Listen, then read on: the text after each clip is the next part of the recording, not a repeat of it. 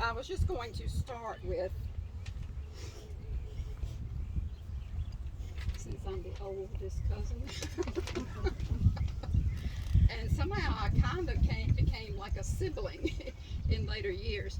But my earliest memories of the Dickerson family, I've tried to think back, were at some Christmas mornings at Grandmama and Granddaddy's house, and everybody was there for breakfast in that house up there above where Grandma Bessie's house is, whatever now. But, you know, we have so many memories, and especially my memories with Aunt Louise and Uncle Jimmy, because I was her girl, and she treated me like I was her girl whenever she would come home. Now, the first time I remember, when I was 6 years old, I went to visit them for 2 weeks, and she would take me to Bible school. It was a whole week I went to Bible school, and I had to wear a dress. She had to fix my hair. I had on earrings, and she put on lipstick, and I thought, my mama is not going to like this. She said, your mama's not going to know. But, and we would stop by somewhere to see Uncle Jimmy when we would go, because she wanted him to see me. But I remember when I would take a bath, I couldn't put just a little bit of water in the bathtub, and I said, I can bathe in just this little bit. But she said, well, it's too expensive. That's all we can afford. So they did not have a lot of money, I'm sure, when they were going to school. And I remember asking her one time, are you ever going to stop going to school? You know, because she had like 3 degrees, didn't she? She had 2 degrees, but she was always taking classes. But she said, well, whenever I get smart enough, I'll stop. But I look forward to the times that I knew when I was little. I would get really excited if I knew that Louise was coming. At first, you know, Uncle Jimmy, she went to school, and, you know, Daddy talked to her and stayed. He told her she would stay down there. She called him to come home, and he told her she would stay 2 more weeks. He'd come and get her, but she ended up staying then. But quite some experiences we've all had, and but when they used to come as I was older, I remember Aunt Louise would have that sewing machine out on the table before she about finished unpacking the car and start sewing something. If not for herself, she sewed something for Grandmama, and she sewed for the Uncle Jimmy and the boys too. But and then Uncle Jimmy always had, I thought, this is kind of, I think of that maybe as a table. He was always in the bedroom. Y'all remember that card table in the bedroom? He always had all of his stuff spread out, and that's where he did his studying and his grading his papers for students and all that. But I used to think, why does he spend so much time in there? But he was a devoted educator, and I think from everything that has been said about him over years, he was a really good one. And when they used to come home in later years, I would sit and talk with him for hours, and he wanted to know what was happening in education where I was teaching, and how things were different. And I remember telling him one time that a time was going to come that he was going to get students that were not as ready and prepared as they might have been in the past. And so he came home one time and he said, I think I've got those students. When you have to take a remedial reading course in college, I think that's the time we are, what you said I would see. And it was, but enjoyed talking to them for hours. Of course, St. Louise always had something going on, some special project she was involved with. I'm going to backtrack here. I said if I'd had my notes, I'd know what I was going to say. Carol, I was so glad that you were not a girl. Because I still got to be her little girl. But I do remember, I think the first time that she brought you home, it bothered me that you slept in a dresser drawer or chest drawer or something. I guess that's what people did. But you grew out of that. Another memory I have of you and Bruce. Bless your don't heart. share it.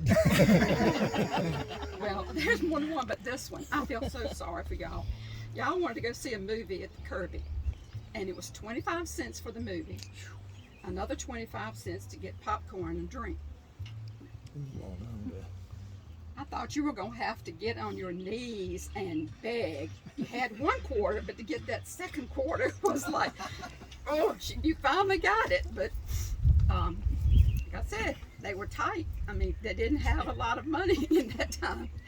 But you did get to go. And as I said, Bruce has been saying he wanted to see you. He's looking forward, well, all of you, but he wanted to see Carol. Then along came Gary. The hell job. The hell job.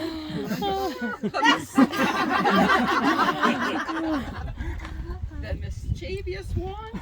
And I've got some stories to tell too about having. I went one time to clean, and I was going to prepare supper. I said, "Hey, Louise, just go and do what you want to."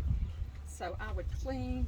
I'd clean a room, and he'd get back in and destroy it right immediately. So she finally said, "Well, if you notice, there's hooks on the doors that you, after you clean it, you close it and you put a hook on it." And then that day too, he got out in the middle of the road. Didn't have any clothes on. I didn't know he got there. That's Gary. And Marcia went to stay one time, and she took one of mine. She took a princess ring or something that I had, and when she came home, she said, "I don't know what happened to it." Found out later you had put it in a pipe in a house that was being built, or is this? But it was a long time after that you admitted to that.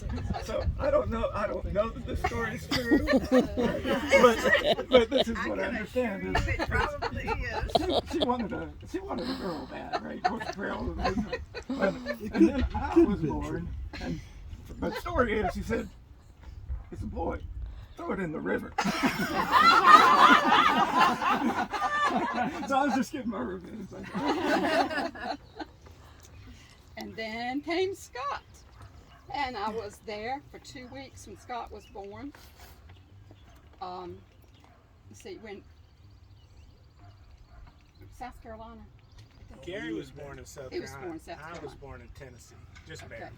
Okay, just barely. They Okay. had just moved there before. But anyway, I remember going with Grandmom and Granddaddy, and they would leave me, and I'd stay for a week or so, and always enjoyed it. And I guess I learned as much from Aunt Louise about appreciation for the beauty of the world as anybody. Because I said the appropriate thing, Marcia, you should have picked some flowers like you had the other week. She would just go out and she could make the most beautiful arrangements of just things were out there. I look around here, she could just go and she would have a beautiful arrangement. She did such pretty flowers for Grandma and Granddaddy's 50th anniversary, and she enjoyed that so much. But I just enjoyed so much the time. Oh, I know another thing I thought about.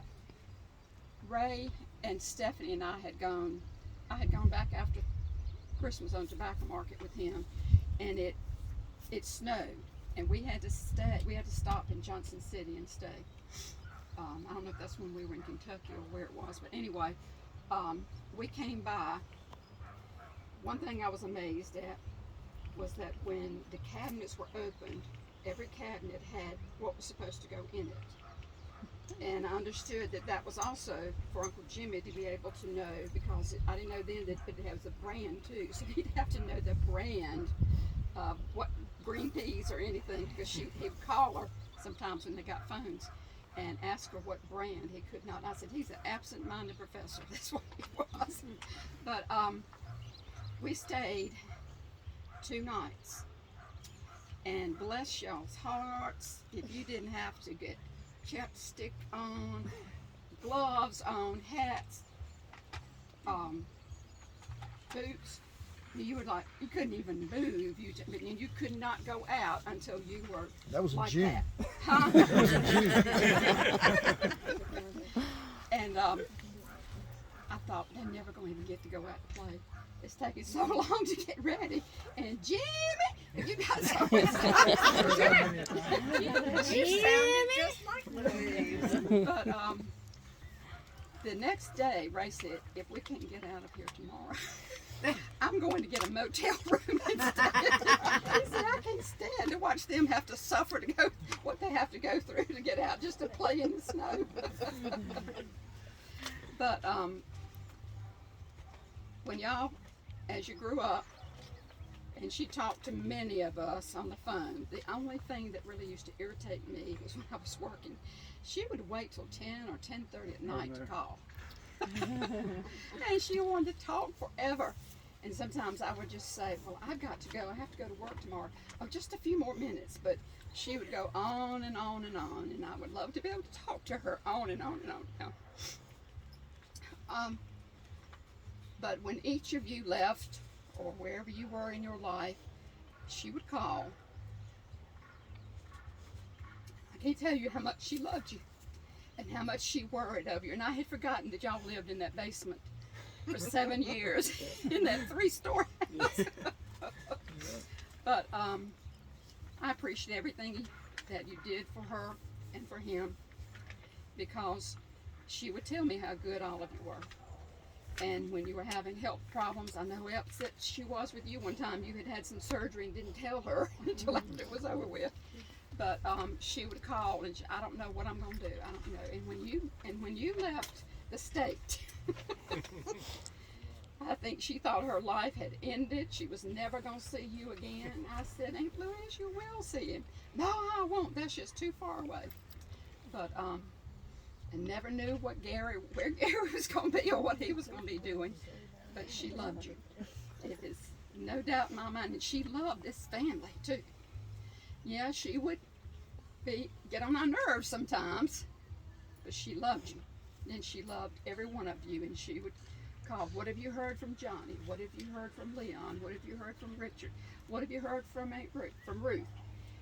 And then she called. They would come and visit Daddy and sit for a long time with him the last few times they came. And I've missed being able to see them. But you know that we're not going to live forever. But they did have a good life. They had a true love for each other. That how many years? 64 and plus. Yeah, 64 plus.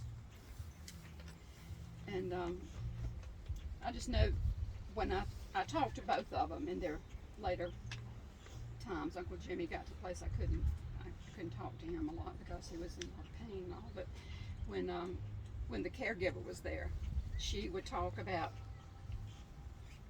how good all of you were, and then how she knew that Gary was going to be coming for supper that night. Supper for us. I didn't know if you cooked it or if you just brought it or what. Or something. But you can be sure that she appreciated everything that you did. And I know without a doubt how much she loved you, because she told me so many times, and I'm sure she talked to Sandy, Paula, Aunt Ruth. Marcia talked to her more near the end, and she went to visit her a couple of times. I wanted to go, but I did not get there. But I know that that meant a lot to Marcia to go out there too. Does anybody else want to say anything before I read this poem that she wrote? I have a couple of quick things. Okay. When Elizabeth was a senior at East Carolina, and Jimmy was at the tail end of his teaching career, and she had to take statistics as a requirement in her major, which was apparel merchandising. So she's embarking on this course of study, and I'm thinking, great, she's going to end up moving back home and working at the Gap. But going into this final in statistics, she had a D and she had to make a C for it to count. This is her last semester. I'm thinking, what's going to happen here? But Jimmy was doing teaching. I think he was teaching that remedial math course that we always look forward to. Some of the students down there, but they were living way out in the country. Elizabeth recounted later. She says, "I've never been so far out in the country in my life." But she had a Chevrolet Blazer, one of the big Chevrolet Blazers. This would have been like I don't know. It was 10 years old or so when she got it. So it was probably like a 1990 Blazer, 4-wheel drive. So she's talking to Louise before they get in directions. This was before the GPS and everything. So Louise says, "Do you have a 4-wheel drive car?" She said, "Well, yes." So, well, good. Put it in 4-wheel drive and have a good head of steam when you see the trailer, because there's a wet area, and if you get stuck, you'll never get out of it. So she said, I didn't know what to think about that. But she was able to get in and out, and Jimmy was nice enough to tutor her in statistics. And I was up in the mountains on a fishing trip, and she called me and said, "Daddy, I made a C." And I'll always be thankful to him for that. And I always remember that. And I have to say that I think of them a lot. I think of them a lot because in my yard we have a Louise bird. Oh. It's a Louise bird. And you probably have one of these too. It turns out that it's a cardinal. And cardinals have a pretty significant playlist. They have a lot of different calls. And it took me a while before I could identify the call and the fact that it was a cardinal, where I could actually see it making the song. And I think all of us live where there are lots of cardinals. And you probably have this bird too, because it says one of its calls is Jimmy, Jimmy, Jimmy, Jimmy, Jimmy. Looking around. So if you pay attention to the Cardinals song sometimes, I will tell you that is the Louise bird. And Jimmy's got to be close by. That reminds me of him talking about her grades. When Carol's sister Sarah was getting her master's, she had to take a math course at UNC, and Jimmy was commuting back and forth with her, and he helped her immensely getting through calculus or whatever math she was taking at the time. And she had the world of admiration for Jimmy and his teaching ability, and being so patient with her, and she did real well with that because of Jimmy's influence. And I was going to say, it was very appropriate that you brought the remains back here, because Louise, the last time I talked to her, we sold our farm. She said, "Do you ever go back to the farm to look at it?" And I said, we'd already sold it. I had no reason to go back. I said, "No, but I've got good memories of living there."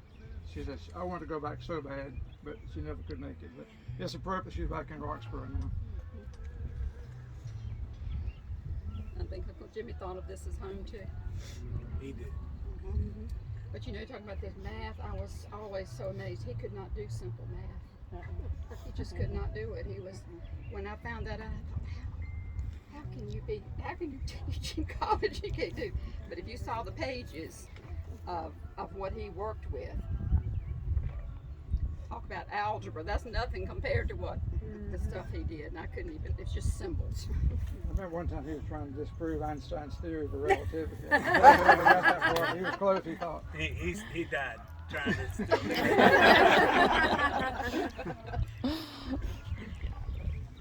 And then the fishing. I love the fishing down in the pond and all that. Some good memories here too.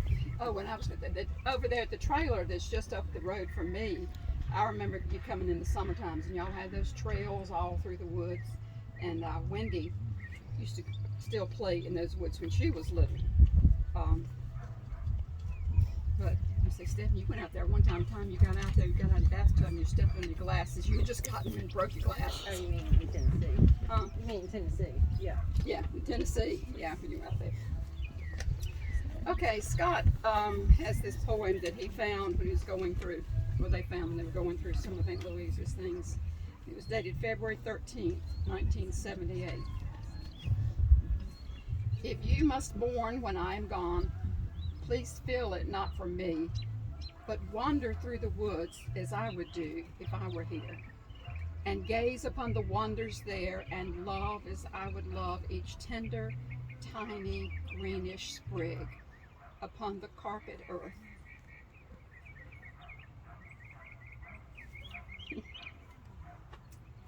and stoop to pick a flower or blade, and hold it to your heart, and listen to what nature tells of beauty, love, and birth.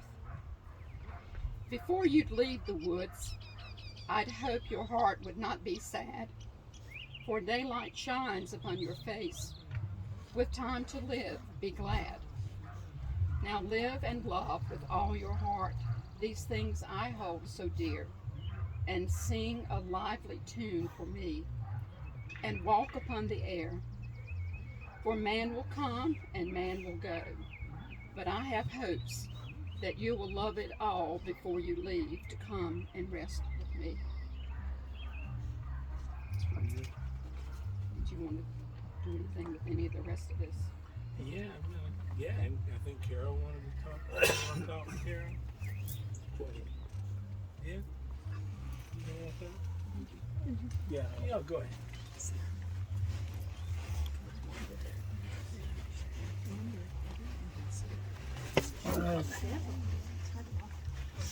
I think about my parents and the good times that we had. I especially remember a trip that we made in the summer. We think it was '72. We went out to the Outer Banks. We went all over the Southeast United States. And we had a theme to the trip. We were following pirate adventures. We went and stopped at every little museum we could get at along the way to find out what we could. And I kind of thought at that time, I said, wouldn't it be really neat if we could find some pirate treasure? We didn't find any pirate treasure, but the memories of the trip will be with me forever. Jared, do you want to say something?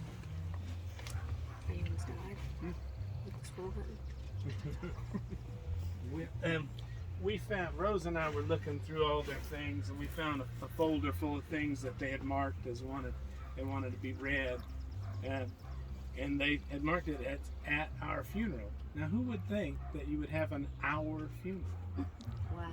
You know, that's the way they always thought of everything, is doing everything together. You know, I mean, if it's true that we're somewhere else after this, I'm sure she spent the last year and a half saying, Jimmy, Jimmy, and waiting for him to be there, and finally he's there. They just thought of everything being together, and we're going to bury him together. But these tell you a lot about them, these things that you can tell the difference between, you know, who chose what. And this one's a poem called "We Need One Another" by George Odell. We need one another when we mourn and want comfort. We need one another when we are in trouble and are afraid. We need one another when we are in despair, in temptation, and need to be recalled to our best selves again. We need one another when we strive to accomplish some great purpose and realize we cannot do it alone. We need one another in the hour of success, when we look for someone to share triumphs. We need one another in the hour of defeat, when with encouragement we try to endure and stand again. We need one another when we come to die and seek gentle hands to prepare us for the journey. All our lives we are in need, and others are in need of us. And that clearly is something that Mama would have chosen. And Daddy, he chose something from Bertrand Russell, the stern-faced British philosopher. You know? The essence it's called The Essence of a Good Marriage. The essence of a good marriage is respect for each other's personality, combined with that deep intimacy, personal, mental, and spiritual, which makes a serious love between man and woman the most fructifying of all human experiences. And that's so like him to have chosen something. Let's define this thing. You know, that's how math is. You got to define your terms to start with. And this, you're going to love this from G.H. Hardy, a famous British mathematician. This is something that meant a lot to him. A mathematician, like a painter or a poet, is a maker of patterns. If his patterns are more permanent than others, it is because they are made with ideas. The mathematician's patterns, like the painter's or the poet's, must be beautiful. The ideas, like the colors of the words, must fit together in a harmonious way. Beauty is the first test. There is no permanent place in the world for ugly mathematics. Great. And so Rose and if you don't have one, let me know and I'll be glad to send you one. He wrote up a kind of memoir autobiography, and it's really well written, but extremely to the fact. Extremely. A lot of you know, he had a kind of a tough upbringing. Oddly, kind of poverty came from, and even domestic violence and things like that he came from, and it's amazing, how he got to where he was, a true success story. But you read this memoir, and where other people would describe things in really emotional terms, he would say things like, he would write things like, and then I came home and Mom was mad at me. She hit me in the head with a frying pan, so I decided to leave. It was just, that kind of thing, where it was just the facts, So Rose and I spent, and he had this other essay we wrote, and we looked through things. If we can find, because we had this poem from Mama, let's find something from him that's appropriate to read, where he says, something like, my family has meant everything to me, or something like that. You can look, you won't find, it's there, but it's not there in so many words, So I decided to read this. It's the first paragraph from his PhD dissertation in mathematics. And you were saying, he wasn't really good with arithmetic.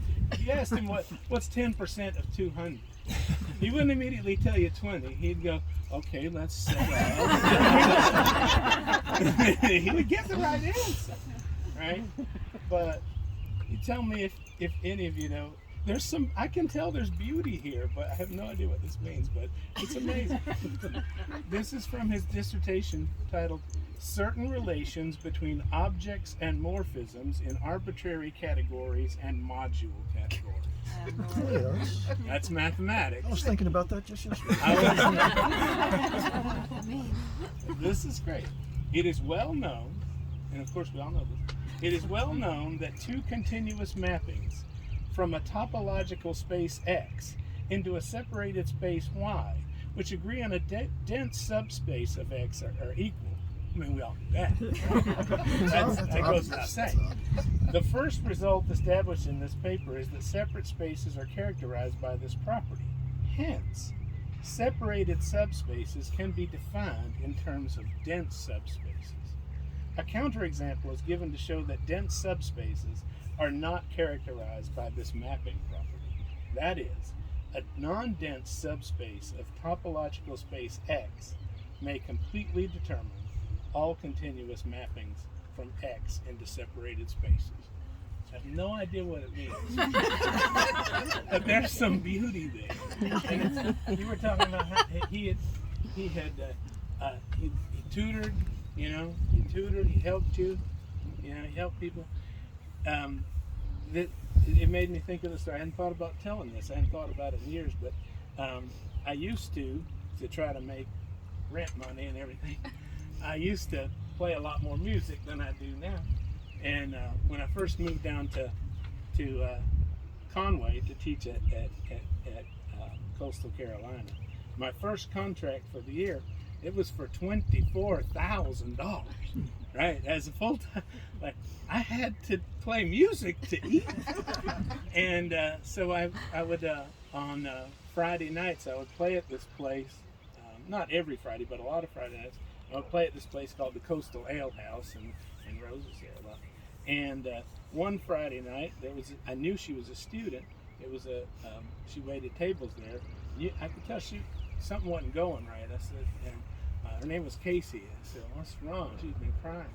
She said, I'm going to fail this calculus class. It's the last class I need. It was a summer class. I thought I was going to graduate. I got this job off.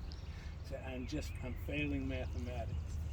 And I told Daddy that story. He said, tell her I'll help her. I said, well, how are you going to help her? He said, I'll send her calculus problems with X. He didn't even know her. So I said, and so he did. He sent me some math, and we started every Friday that summer. As part of the show, we'd have Casey's calculus corner with questions from him, and it'd be things, like if the limit is 0 and blah blah blah. So, and I'd give her the questions beforehand, and then she'd get them right, and the crowd was like, "Yay, calc!" And she did. She passed her calculus. And not all because of him, but he didn't even know her. And probably 7 or 8 weeks in a row, we had Casey's Calculus Corner as part of the show. And the engine of that was him providing, ask her what she's having trouble with, and then he'd send her some things to help her out. That's pretty cool stuff. So, I'm gonna play a song. They both love music, and when they had their Linda was there, and she remembers this. When they had their 50th anniversary, they asked me to play some song, and I was a bad son. I hadn't learned the song real well, and I forgot the words. So it came to the time, and I said, Mama, I don't remember that song. And she said, well, just do it. I'm sure you do it. So I knew I was going to mess it up, so I decided to play this other song. And they really liked it. And every time we would come, they'd make me play. It's called Oyster in the Stew. So anyway, hope this is fun. Carol asked me to play a song, I suppose. Your mama said play a lively tune. Play a lively tune for me. You're not the only oyster in the stew. You're not the only tea leaf in the tea. These are just the facts, the perfectly logical facts. But you're the only one for me. You're not the only apple on the tree. You're not the only lobster in the sea. These are just the facts, the incontrovertible facts. But you're the only one for me. And well supplied with everything I need. It's so special and your smile so unique. When I'm around you, my knees get weak. I love you, baby, so to speak. There's 7 million people in New York, and 50 million Frenchmen in Paris. Not to mention such as English, Irish, Italian, and Dutch, but you're the only one for me. Anybody else got anything to say? Now's the time to do it. And I left out how much she loved the grandchildren too. Yeah, Cheryl Z became the girl after you. Thanks. I guess they Did do it anyway. They done I think when you wave to the guy, he'll know where He we- said to wave to him. Where's he at? He's it. in Did that anyway. He's in that van. So I Wave to him. guess we're done. Thanks everybody so much. Okay. I guess they'll know. Well, Gary, I got to tell on you. When you were little and we lived in Williamston, y'all came over there and I swung it. You are swinging off the mantle. You are swinging off of everything. And then just the day before you put the puppies in the washing machine. I heard about the cat in the dryer, but I was happy. In the dryer. You know, now we have 7 cats, so he's getting his pay back. They were dirty. Dogs were dirty. It's turned into roast Gary down there. What way are you gonna clean? They didn't want to get in the bathtub. Something downstairs. Yeah, I know.